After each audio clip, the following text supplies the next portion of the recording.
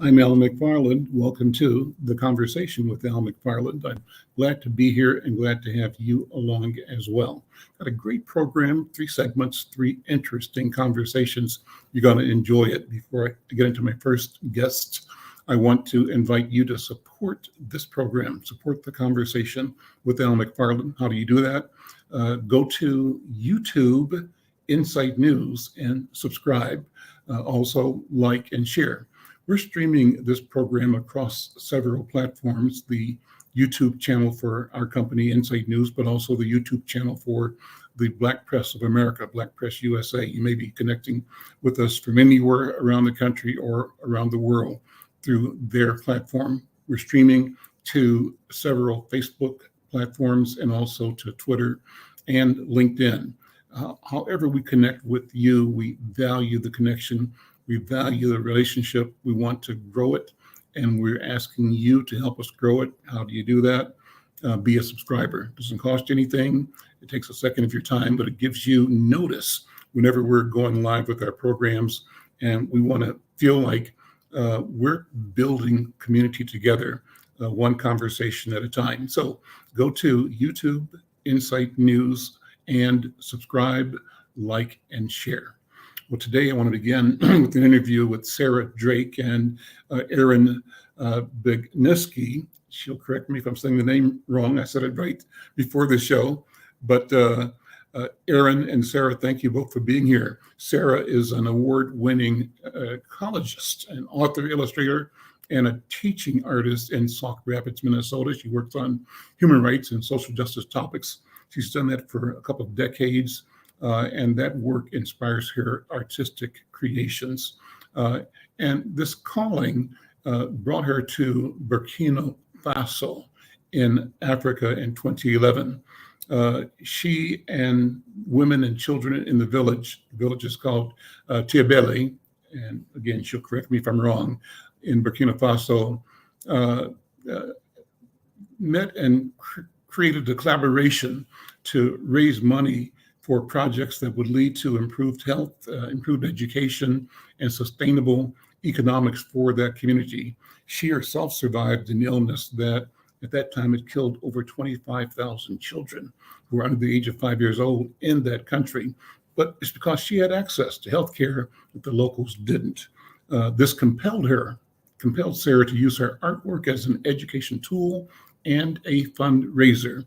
When she returned to the United States, she created a project called Arts in Action, and has worked as a single mom and living room floor of her one-bedroom apartment because to create this organization, because existing organizations were not working in that region and they weren't willing to either. Well, enter Aaron Begneski. She's had a fulfilling career in consulting and at a Fortune 6 health insurance company. She embarked on a transformative journey in 2016. She volunteered in Zambia for 6 weeks. She witnessed the untapped potential of students who were lacking proper guidance. This experience led her to join Health Partners in their Uganda field office, where she found her true calling. She joined the Rotary Club of Mbarara in Uganda, and she focused on enhancing the quality of education in under-resourced primary schools. So currently, she serves as a volunteer executive director of Africa Strong, and that group collaborates with local partners in southwestern Uganda to improve the quality of education. Sarah, Aaron, thank you for being here. Kudos to both of you for your interest, your intensity, and the work that you have done. Take a minute first, Sarah, and tell me more about you and your passion as an artist. Thanks for having us. Yeah, I'm the mom to a biracial daughter that I raised on my own, and being in central Minnesota, art was a way to help her learn about some of her heritage. And so going to dances and art and sharing food was ways for her to learn about the African continent. And so that then just really inspired me creating art with her to help her learn about her heritage. And that then seeing that a lot of people, it was hard to have conversations with, especially white folks, around racism and privilege. But I found that art was a tool that allowed us to start have some of those difficult conversations. So between those two things, that's what really grew the artist in me. Aaron, same question. Talk about your story and how you connected to do this collaborative work. I really started on the journey, as you shared, when I could no longer make a connection with my career in adding value and finding a greater purpose in the work that I was doing. And that led me to volunteer teaching in Zambia, and knowing I always wanted to do something in education, but didn't want to teach, and never really taking the time to explore what that could be. And so through my time in Zambia and Uganda, really figured out that I could do something and have an impact without teaching. And that led me to, over the years, doing work with Africa Strong, and then coming back and meeting Sarah and the 5 other women who were part of our collaborative, and discovering how much work we could do not only as individuals, but together. And so how did that gel? How did 7 Minnesota women end up collaborating and coming together to deliver impact and service to a community across the world? When you're a volunteer running a nonprofit, and as for me, an operator, you're mainly working with friend and family board and doing your best, and over time networking, and get to know and hear stories of others, and learn that there's opportunities where you can add value and learn from each other and support one another. So about a year ago, I had been given an opportunity to share my story, and part of the message was about uplifting other women. And so shortly after that, made a couple phone calls to the women, 7 of us that ended up being part of the collaborative, and we got together for coffee. We had a couple conversations and realized not only were there stories we could share and learn from each other, and networks that we could share, and grant research that as we were doing it that we could share with one another, but that there was more. By really working together and collaborating, we could open doors that individually we couldn't open. And that's really what led to the collaboration. And what we have been saying is that this is just a start, and we are building on something that's unique and special, and that this is opening doors that none of us ever thought possible.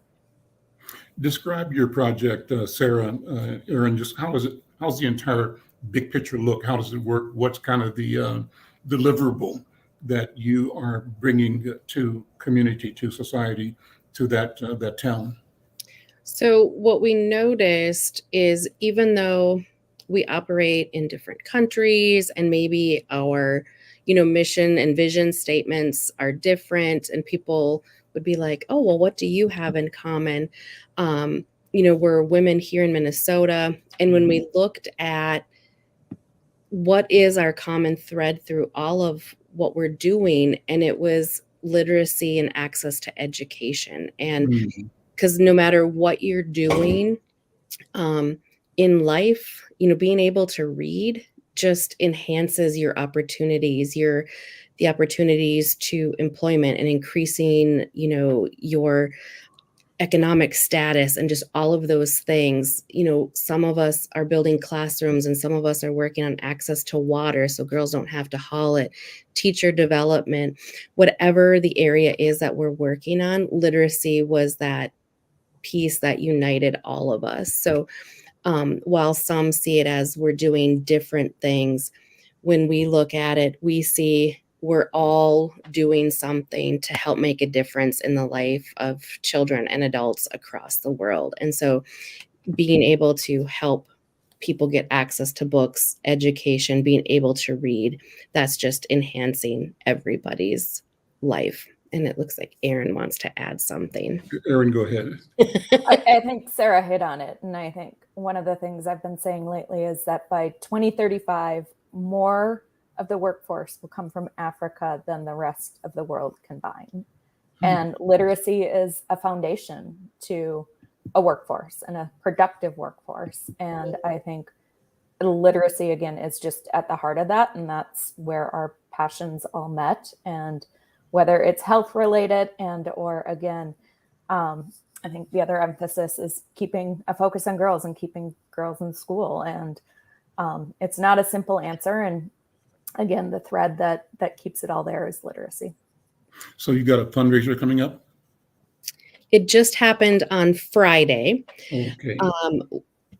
Not all funds and reports are done, but I can confidently say roughly after expenses, we have $13,000 some dollars that was raised. And because this was the first time, we all have our own budgets and things that we were working towards doing. And so I can speak to me, for example, with the share of the funds that we'll receive, we'll be able to sponsor the 30 girls that we sponsor in Chibale.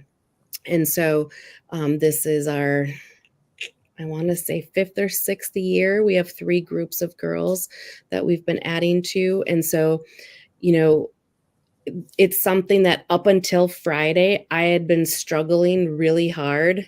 As of Friday, I told them, like, I don't have the money to sponsor the girls. Like, it's just been such a rough year for fundraising. And so being able to come together with the support of the other women, like, it's taking a minute to like be frustrated and like, but then it's like, okay, here's my strength. There's your strength. Like, let's work together and do this. And now I'm like, look at what we did. We came together about literacy, and now we have 30 girls that get to continue their education. And so that's just my organization. You know, others are, I'll let Erin share hers, but, you know, some of them are working at building classrooms. Some are working on disability awareness. And so making sure teachers and folks have curriculum on being inclusive and things like that. And so, yeah, it's just a great thing that we're in coming together. I'm able to do something that I was struggling to do on my own. Erin, add to that. Yeah. And I think one thing that Sarah highlighted is just continuing to learn from one another. Our project is different. We're trying to raise about $25,000 to ship a container of books from Books for Africa to Uganda. It includes also buying specific fabric to include with the books and the shipment so that we can start income generating projects at the schools we work with in southwestern Uganda to keep girls in school. And so they'll make reusable menstruation kits and sell them in the community. It will bring money into the schools to help them do some of their own projects and make it more sustainable. And so it's a model that we've been studying to try to get more innovative and build more sustainable solutions. And so it's one of many projects that we're looking at launching in the next couple of years with funds.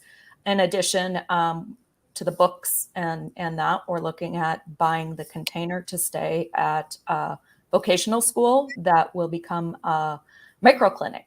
And so that will help with some testing that is very costly for the school to help keep the women and girls in the school and continuing to build the skills. And so, well, it's a start at the funds that we're trying to raise. We're continuing to raise funds. And part of what Sarah and I've talked about and others is that this is something that is new for us that we're embarking on, and potentially a model that others can follow, and vice versa. There's projects others are doing that we hope to learn from as well. And so that's, again, all part of the benefit of the collaboration. Let's tell people how they can support and donate, either financially or if there are other ways they can contribute or get involved. First of all, if someone wants to send money to your initiative, how do they do that? So herArtsInAction.org. And then we have in our shop area where if you go in and donate, you can specifically select that it's for life. Before the event, it was easy through the tickets and all of that. But we're doing that for now. And if people don't have funds, volunteering at events, being board members, something that's free and easy is sharing our information. So whether it's on social media, emails, WhatsApp groups, all of that, like so many people, I think, take for granted that that's really vital, is like helping get the word out about us to people that we don't know. And so that's a free, easy thing to do, is just sharing out the information. Many of us do speaking. Some of us are authors. I'm an artist, like inviting us into your spaces to talk about what we're doing. And again, that just gets the word out more, and those can be fundraising opportunities. I don't know. Do you have more ideas, Erin, than that? No, Well, I think talk about Nanu's Promise. That's a Yeah. 3-book series. Yeah. So I'll duck my head a little bit. Those are my books back there. So these are about my work in Burkina Faso. And in our group, Leslie and Rosemond are also authors. And for me, it was difficult getting people in Minnesota to understand why they should care about people in Burkina Faso. And I found if I could have a conversation, then they would start to get it. And I was like, well, I can't talk to everybody. So how can I make more of an impact? And that's where I came up with the idea to do the books. And so they're all based in truth. They're kind of my experiences and experiences of the women and girls in the village into 1 or 2 characters. And then learning about, access to water and sanitation. One of the books, she gets to go to school and you get to learn all about Burkina Faso. And in one of them, you learn all about the art, history, and culture. And so it's a way to get to know Burkina Faso. It's I like the tie of you buying a book and reading here helps sponsor a girl be able to go to school there, and getting people thinking about, that reciprocity and working together and empathy and all of that just through a book. When we invited you guys on to talk, we asked you to send us an inspirational quote. And I love the one that you sent. Maybe, Erin, you can read that and tell us what it means to you all. Or do you have it? I can read it too. Yes, I do now. When spiders unite, they can tie down a lion. I think it was shared with us early in conversations as we were out talking about our work, and it resonated with us. And I think it just really spoke to us in regards to working together and collaborating does have its benefits. I know when we first talked about this with some people, the question was, well, what about your major sponsors and major donors, and dividing those funds? And that just never crossed our mind, because we believe that new doors and bigger doors will open, and that we can have a bigger impact by working together. Yeah. Guys, thank you so much for being here. Continued success in your work. It's important work. And let's hope that people learn about it and engage in ways that support the solutions you're bringing in the lives of children and girls in particular. Thank you so much. Thank you. Thank you. I'm Al McFarlane. This is The Conversation with Al McFarlane. Let me continue with the second part of our program today, bringing in a friend and elder leader in community, Braxton Halsey. Braxton is I think, change agent. He's entrepreneurial, and he's also worked in the corporate arena, like working at General Mills and the Nielsen Company. His fortes include management skill and project management, sales and business development, strategy, business insights, finance, consulting. He's got a record of growth and expansion for the projects he's led and undertaken. And presently he's leading the important work over at Walker West Music Academy. That's an organization that does provide transformative leadership and vision and direction. And he's leading the administration of that project on its way to fulfill its mission. He also has done a lot of important research work for companies like PepsiCo and Darden. Braxton, brother, good to see you again. How are you? And welcome back to the conversation. Oh, it's good to be back, Al. I know we talked a couple of months ago, and I was looking forward to reconnecting again. So I'm glad we were able to do that. Well, the big news is that you've got a recent $4 million gift from the Pat and Gary Sauer organization, and that is going to help you on your work of transformation. Talk about that, if you would. Yes, that was definitely a transformational gift. And it kind of came out of nowhere. But I later found out that Michael Wright of the Golden Times had been talking to Pat Sauer and had mentioned Walker West to Pat. And so probably about a month and a half ago when they came over for a site visit, it was great. And then were you expecting them to come with a grant? No, I was not expecting that at all. And I actually went to drop my son off at college in Chicago. And while I was there, I got a note that, oh, well, would you accept $3 million? And I said, oh, of course I would. And then when I got back, I think Pat called me and said, well, no, we decided to make it $4 million. And I said, okay, all right. But I think it's Pat and Gary, and it came from their own personal wealth, not their foundation. But they really care about the Rondo community, and she really, especially Pat, really wants to see what can be done to uplift and make the community vibrant, through a number of different vehicles, including the arts. And so, just really exciting. So this goes into your renovation of the Wilder property, right? Or yeah, the Wilder, the former Wilder property. Right now it's owned by Model Cities and List until we pay them back. But yeah, this $4 million was not only just transformational in terms of just the capital project. It just meant that we could move forward on the project while we wait for some things to happen at the state. To get their $4.1 million as well. And so it just allows us to just, I think the way we're timing it now, by the end of the year, we'll purchase the building and pay Model Cities and List back. And then we start construction in January. And then from January through August, the remodel construction will go on. And then hopefully the next school year will be moving in to the new facility, remodeled, state-of-the-art educational facility with all of the acoustic treatments. And maybe by that time, we'll be done with our 200 seating capacity performance hall with state-of-the-art as well. That's exciting. Take a minute and give us something about the history of Walker West. Why is it so special? It's really a jewel, and its story is a great story, but let me ask you to share it.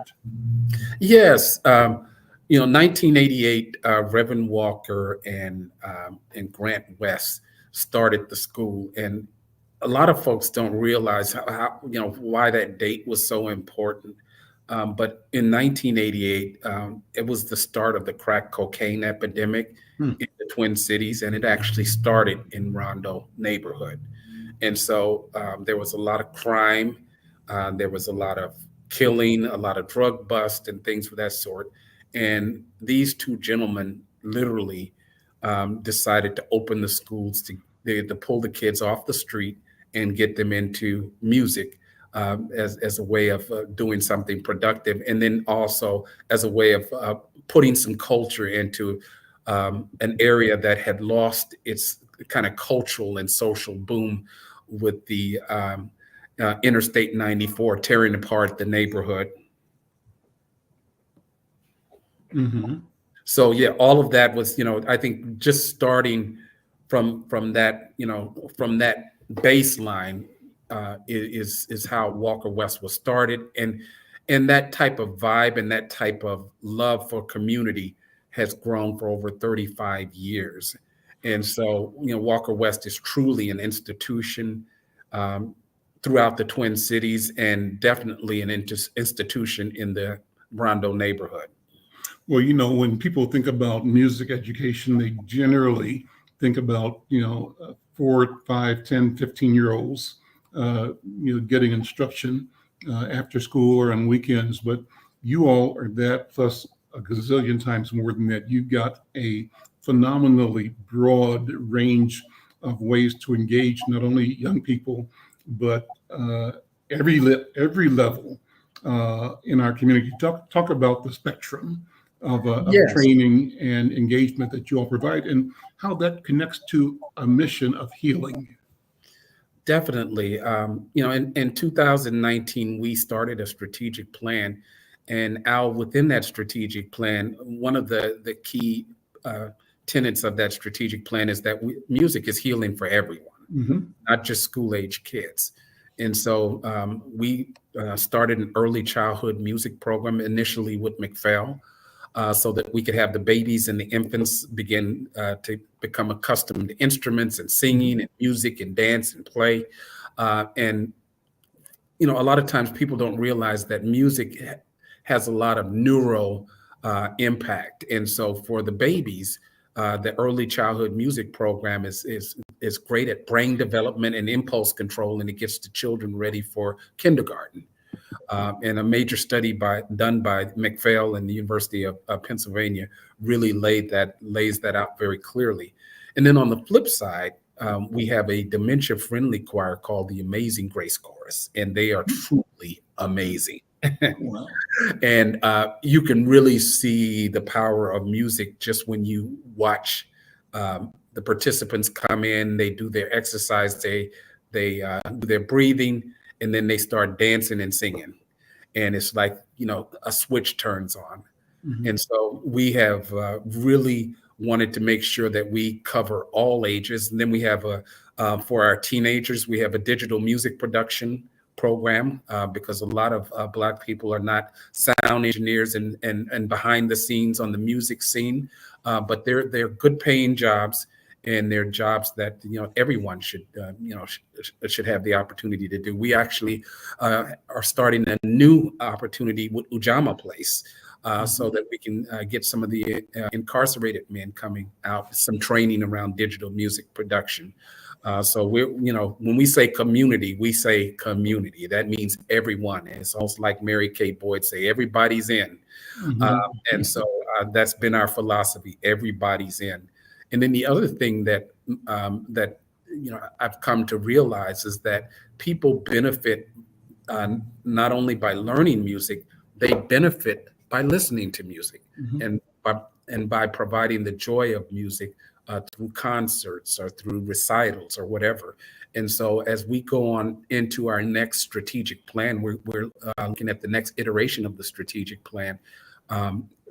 We're going to our core activity will still be education, but we're going to have probably maybe 30% of our activities will revolve around performance. We'll have a state-of-the-art performance hall, and we'll be doing more performances. There's a possibility that we're going to pick up the Selby Avenue Jazz Fest. We're negotiating that with Michael right now. So, we're really going to put a stake in the ground on not only education, but performance as well. Are you a musician, Braxton? Do you play?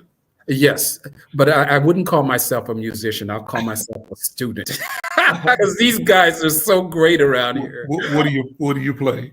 I play piano, organ, and then I dabbled in some saxophone back in the day, but I haven't touched one in a while.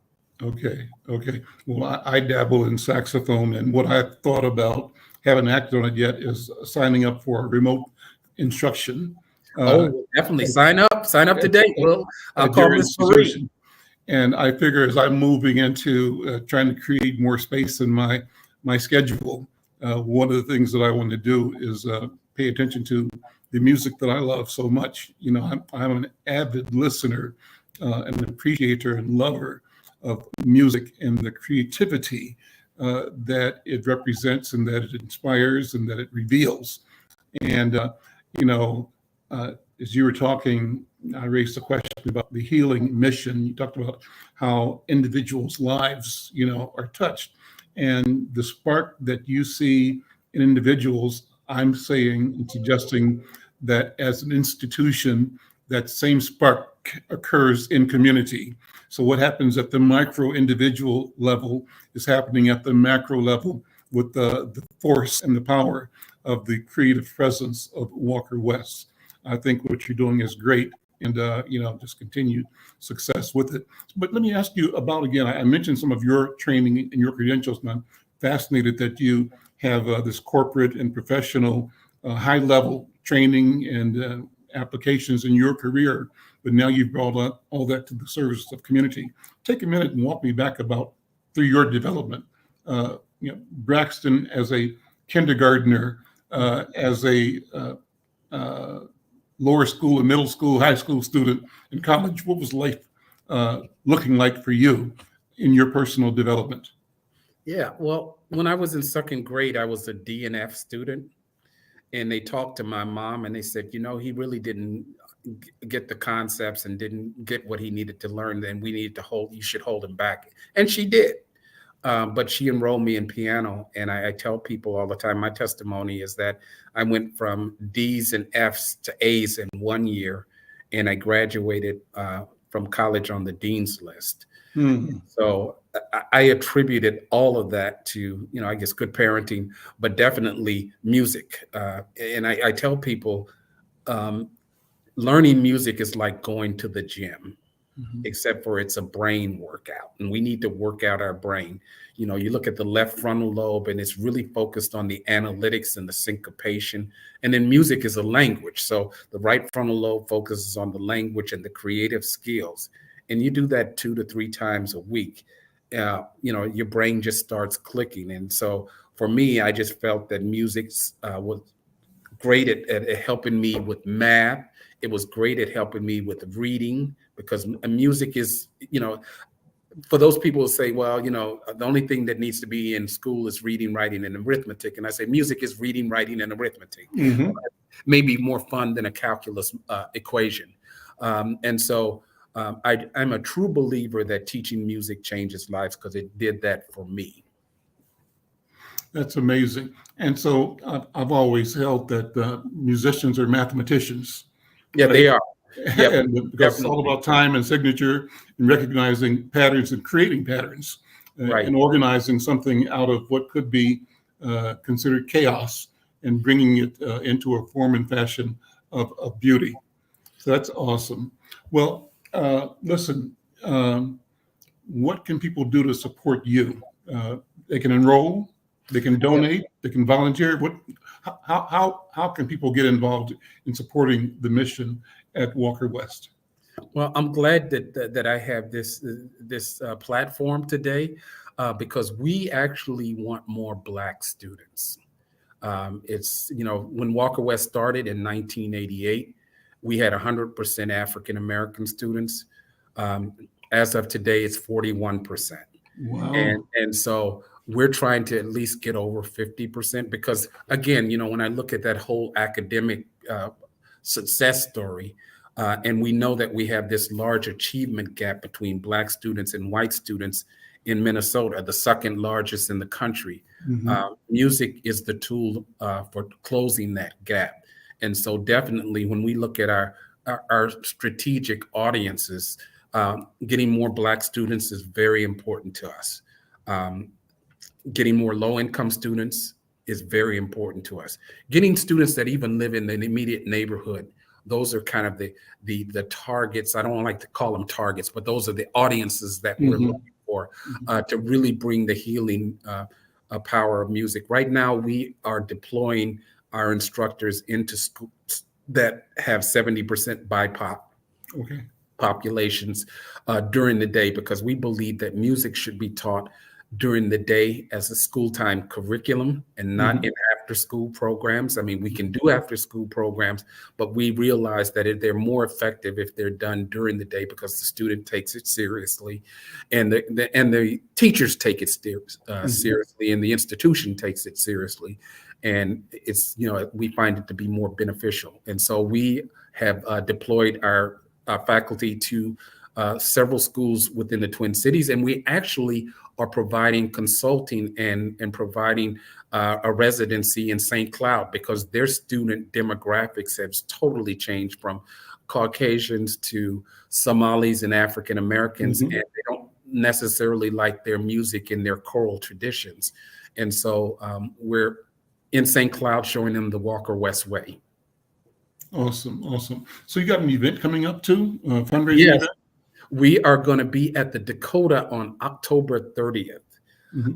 And it's going to be a great time. I'm going to call it an enchanting night of music because our students are just straight up awesome in our youth jazz ensemble, but then our faculty is even more awesome. And so there's going to be performances between students and faculties.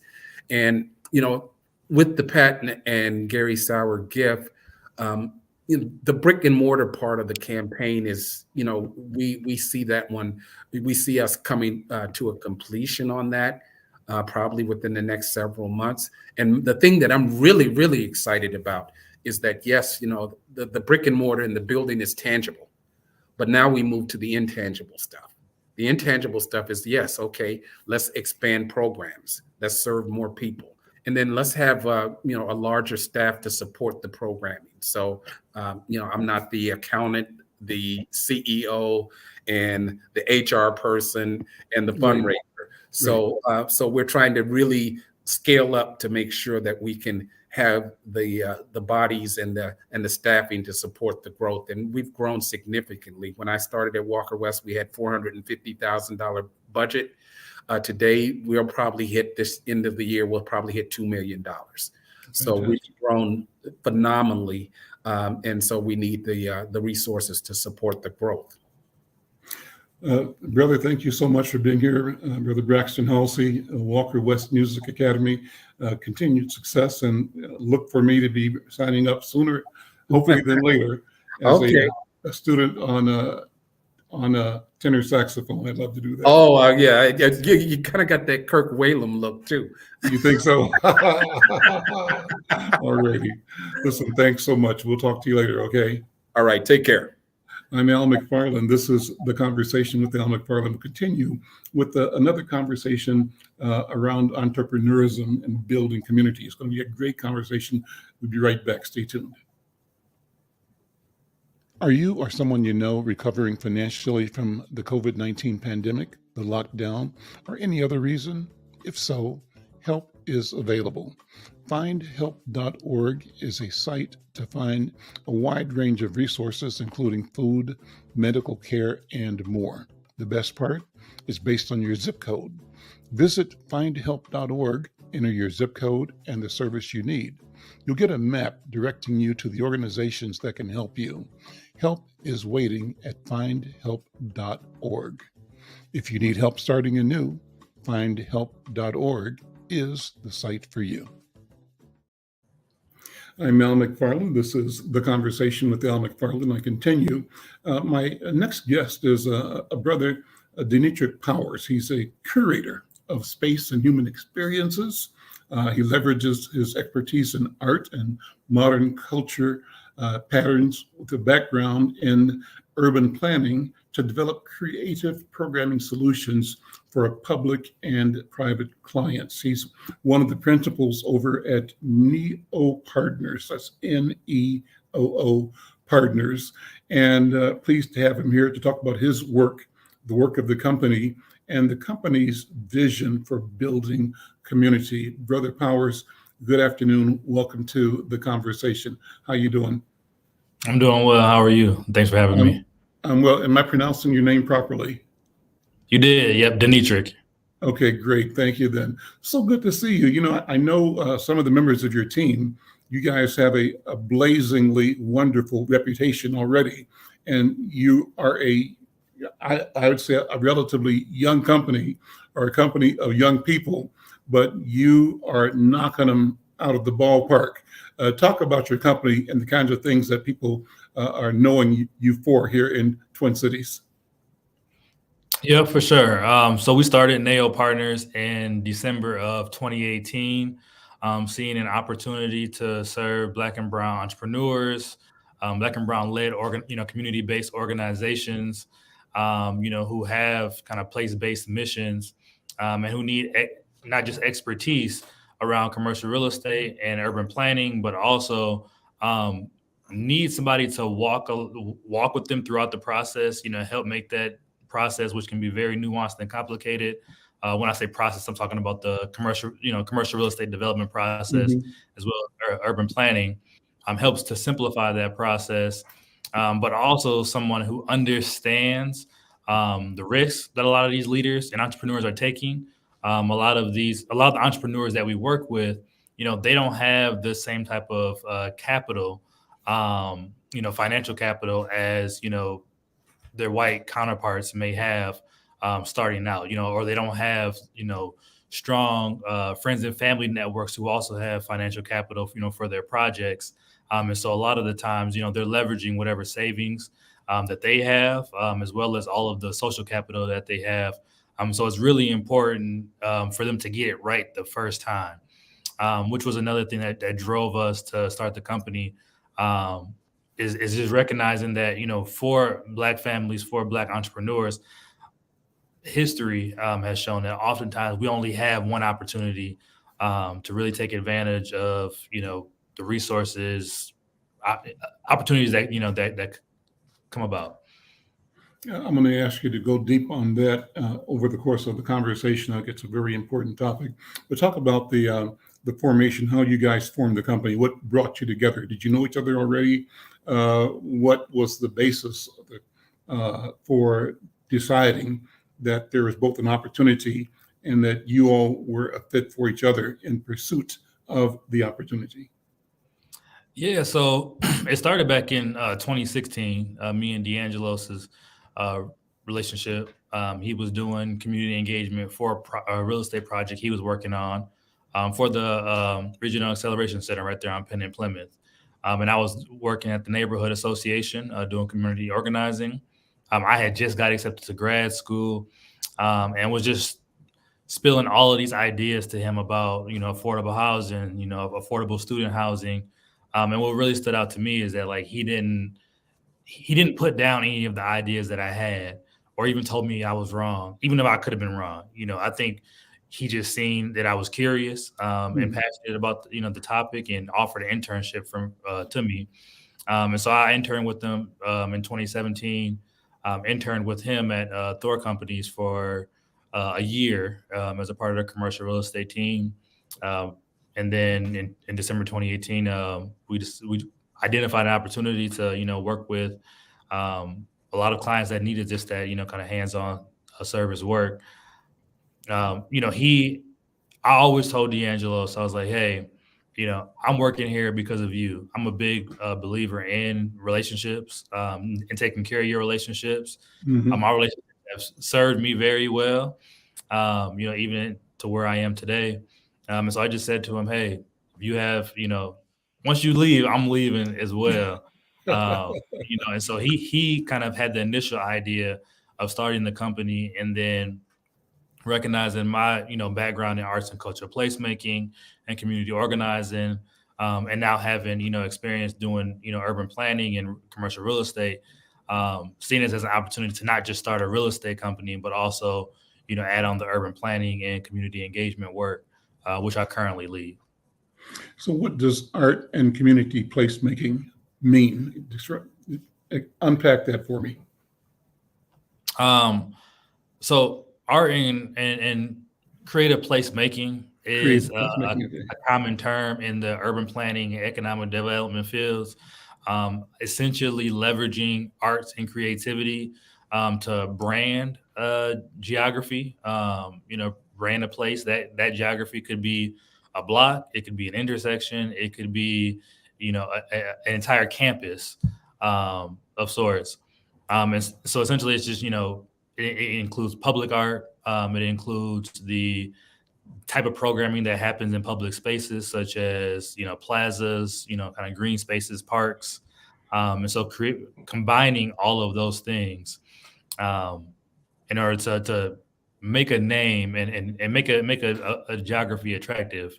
I would say over the last few years, A lot of communities have went away from, creative placemaking to placekeeping, recognizing that there's already existing arts and creativity that's happening in those areas. And so not wanting to, what I will call, gentrify kind of where they're already living, just identified, hey, like we want to keep this place. We don't want to actually, we're not making anything new.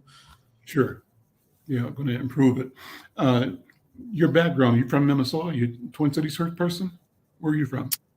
I'm born and raised. Both sides of my grandma and grandpa's family have been in Minnesota for a few generations now, 3 or 4 generations. My mom's generation, as well my grandparents were raised in Rondo, between Rondo and the east side of St. Paul. But me and my siblings and some of my cousins my age, or my generation, millennials and younger, were raised in Minneapolis. And so I spent most of my life in North Minneapolis. Mm-hmm. And so what does it mean to you as a person born here to both see how communities evolve, how they change, what stresses, what pressures there are, both positive and negative, and then what sense does it give to you with your professional training and your intent to be a steward of the health and wellness, health and well-being, and of the creative capability of a community that too often, from my point of view, has been intentionally ignored or pushed to the margin in deference to other people's agenda. I'm kind of talking around the topic on one level, but let me ask you to respond to that. What do you think? I would say, growing up, though most of my life experience has been in the Twin Cities, I did have the opportunity growing up to live in many of the surrounding suburbs, as well as kind of Southeast Minnesota, Rochester, Mankato, and seeing. So because of that lived experience, I got to see what different communities looked like physically, as well as the people that were there. I've seen over the years how a lot of those communities have changed, with growing immigrant communities, growing Black communities in some of those suburbs as well. When I got into community organizing in 2014, right after undergrad, honestly, I didn't know what I was getting into. I was looking for a job. I was a college student coming out of undergrad and just needed some work until I figured out what I wanted to do next. When I got into community organizing and started building, deeper relationships with the folks that lived in my neighborhood, as well as meeting other people that I probably never would have spoken to or even had met. But now I'm meeting them through, different meetings on topics that they're interested in. One of the first things that I noticed is that, one, the urban planning is just a very complicated. There's a lot of moving parts in urban planning. There's a lot of moving parts in real estate that everybody's not aware of. And even when you come to a meeting as a stakeholder, you're only getting one part of all of those moving pieces. And so what stood out to me was that people couldn't fully engage because they didn't really understand how they fit into the process. Or they couldn't envision themselves as a part of the projects. A lot of times because the examples that they've seen before led to the gentrification of the neighborhoods that they lived in. And so anytime, a new apartment building, a new commercial building, is being planned or developed, even, a new plan for a neighborhood, a lot of times there's assumptions that, the neighborhood is going to change. It's going to be too expensive for me to live here, for me to work here.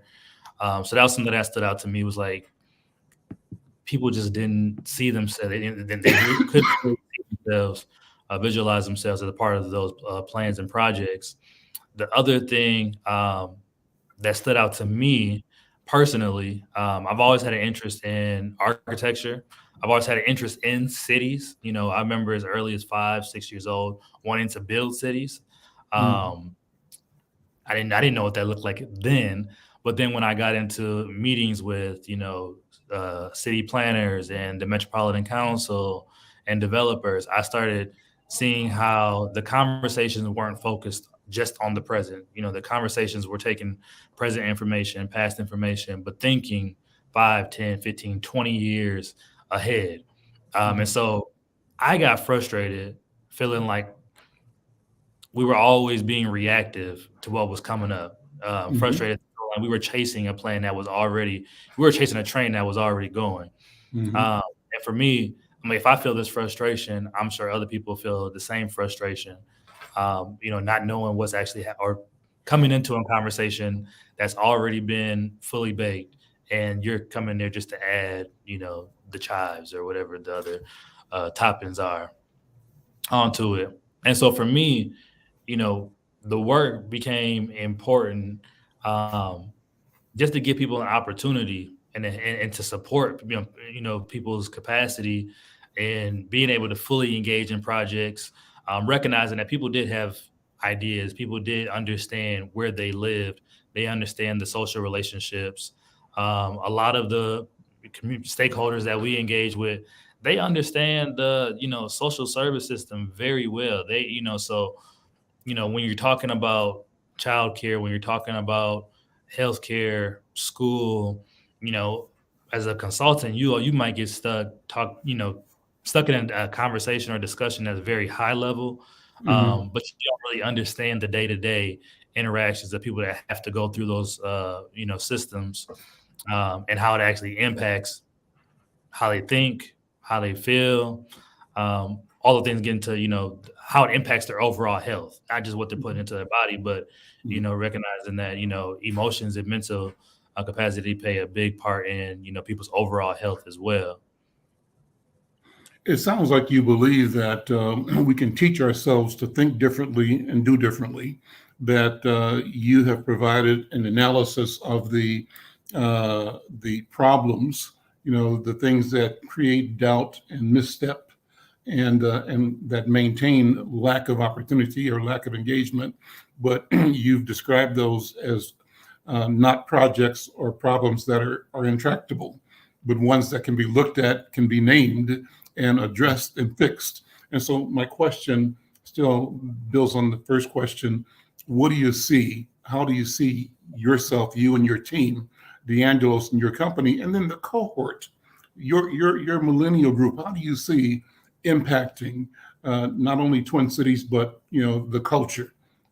What's your dream, your vision, and what inspires you both in history but also in the future? So I'll start with NEOO, just like the definition of our company name, which is a short form of ananeo, which is a Greek biblical term for renewing of the mind. Renewed in the, image or spirit of God. DeAngelos, being a man of faith, very involved in his church at a leadership level. Me being a man of faith as well. I think that's where we clicked. Like me and him clicked on a spiritual level, kind of a spiritual understanding of how people needed to be cared for during these processes. That was the first piece. For me, I've always been somebody that challenged the status quo. I've always been a person since a kid with a lot of questions, more questions that I have answers, which has been a benefit. Even if I have very little information, about a topic or a subject, I know how to ask the right questions to get where I'm going, which I think is a big part of the work that we do is asking the right questions of our clients, asking the right questions of stakeholders, in order to get at the root issues, and whether that's being economic development, why an entrepreneur may be pursuing a new project. I think. Sorry, you had a big question, so I just want to make sure. Yeah, go anywhere you want to with it. You just. I think so. We have to, going back to ananeo or NEOO, renew our minds. nobody knew that COVID was going to happen in 2020. Like nobody knew that, at least not here. At least no, who knows? Somebody in a lab could have known that COVID was going to happen. But what we've seen from COVID is that we've had to rethink how we approach our work. You have to rethink how you approach your policies for working. Rethink how you engage with students. Rethink how you engage with consumers, which I think millennials, we've always been preparing for that because we've been noticing that the ways in which the world operated before weren't sustainable. A lot of it, built on what I would call machismo is a word that was commonly used when I was in Mexico City earlier this year. Sure. But just kind of like paternalistic, approaches to the world. Paternalistic in the sense of the government deciding what's best for everybody.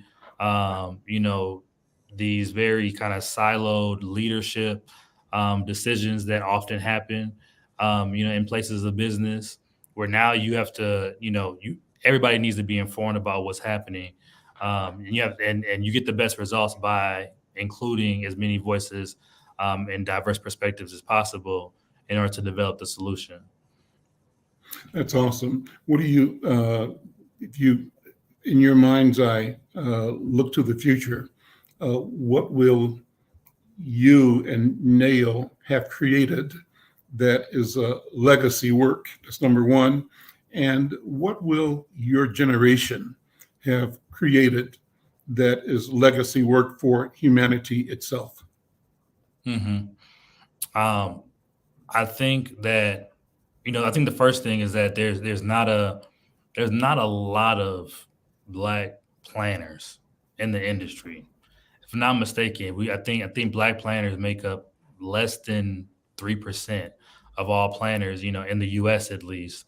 So I think the first part, getting a place where Black planners, exist, and it exists amongst each other. So we are the largest, Black urban planning firm, at least in the Midwest for sure.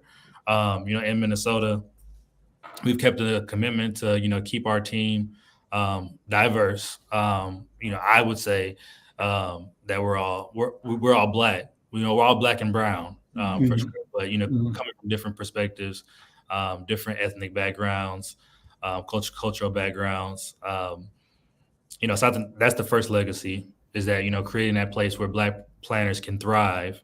I would say also, I think there's going to be, it's already begun, but by the time that me and D'Angelo's, step away from NEOO and pass it on, to the next generation of leaders, we would have, what I would say, dramatically impacted the, wealth building amongst many families. A lot of the entrepreneurs that we're working with, these are Black families who have saved up, who have worked extremely hard, to start that business, buy that first building, and are now looking to, leverage what they've created in order to build wealth for, their families. My hopes is that by the time that, in the next, I don't want to put a number to it, but my hopes is that, by the time that me and D'Angelo's kind of step away, we would have, I would say, be in the billions as far as the financial impact of the, at least in the billions in the amount of dollars that Black families have created. Got it. Listen, we're out of time. Good conversation. I want to have more with you and your team. I'm Al McFarlane. Thanks to my guest, Denetrick Powers of NEOO. And we're talking about wealth building in our community. It's an important and timely conversation. And I tell you, this team is a team that will deliver. Listen, join us again for the next show. I'm Al McFarlane. We'll see you. Thank you.